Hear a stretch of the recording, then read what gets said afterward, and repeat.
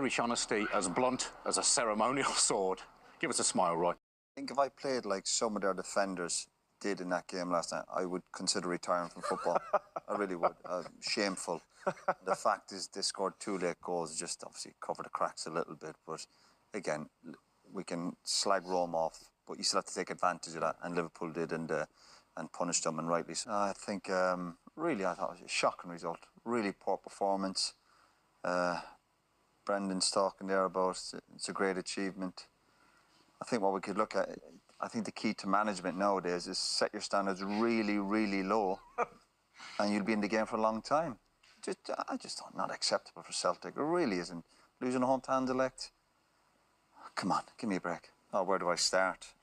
No, I think Arsenal are a great example on how not to start a game of football.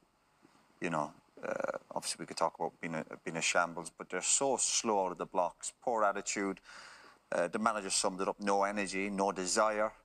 You're looking for your senior players to lead by example. You know, I always think when Wilshere's your captain, to me, probably the most overrated player on the planet. And they got lucky with the result at the end of it. But if you start the game slowly, no matter how good you are, it's hard to get going. It's not like a light switch. You can't just switch it on. Put it this way. Strong hand, last minute. It doesn't matter if it's the last minute. If this goes into the back of the net, I'll be saying, where's my goalkeeper? And all this hugging players after matches as well. Over the top stuff. My goodness, what's the game coming to? Come on, it's all right. It's ridiculous. Supposed to be talking about the players and the quality, and we've got to talk about this idiot. It's a crazy decision. Crazy. I'm just about to calm down, but hopefully by the end of the game... We'll get you a cup of tea, and all will be good in the second 45.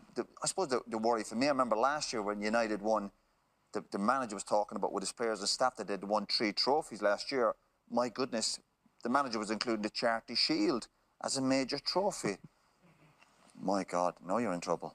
Liverpool, all the hard stuff really well in terms of creating chances, pace, power, bit of quality going forward.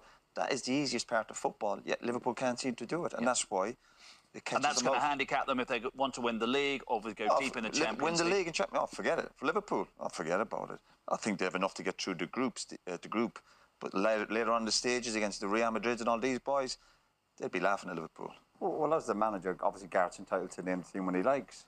I played under 2 great managers, Brian Clough and Alex Ferguson, and they generally would name the team an hour or 2 before kick-off. That never bothered me.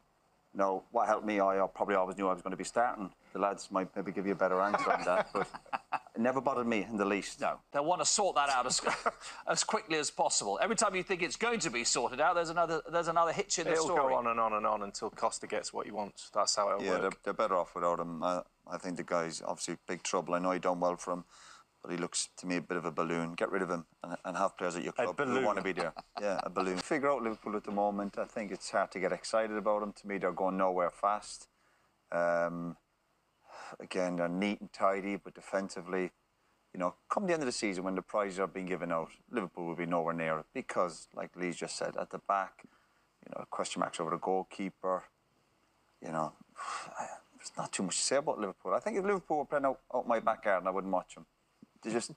You got a big back garden. It's pretty big, yeah. They're just, to me, they're just drifting nowhere. Do you look at what's going on defensively and with the goalkeeper, and managers are easily characterised as incredibly stubborn, and the more they're told something, you know, with your old manager at Arsenal, the more they refuse to do that. Do you feel that about Jurgen Klopp? The more people say, you've got a problem with your goalkeeper, you've got a problem with your back four, he doesn't do anything about it. Yeah, but it's easier said than done about getting defensive players in because, you know, the market's pretty small for top quality defenders. They played nobody tonight, but the bigger picture for Liverpool going forward, they're well behind the other teams. The body language doesn't look great. I know we always hear that there's trouble in the camp.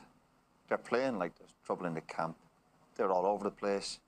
The first 5-10 minutes, you're thinking, listen, they're at it. They're going to win this game comfortably. And I was early in the game, but they created 1 or 2 chances. But defensively, lack of concentration, players being lazy. The manager at half-time, no, he's got to make changes. And the 2 centre-halves would give you a heart attack. He'll have to maybe take Boateng off. Boateng's walking around the place like he's playing Sunday football. He's been a disgrace. Get him off.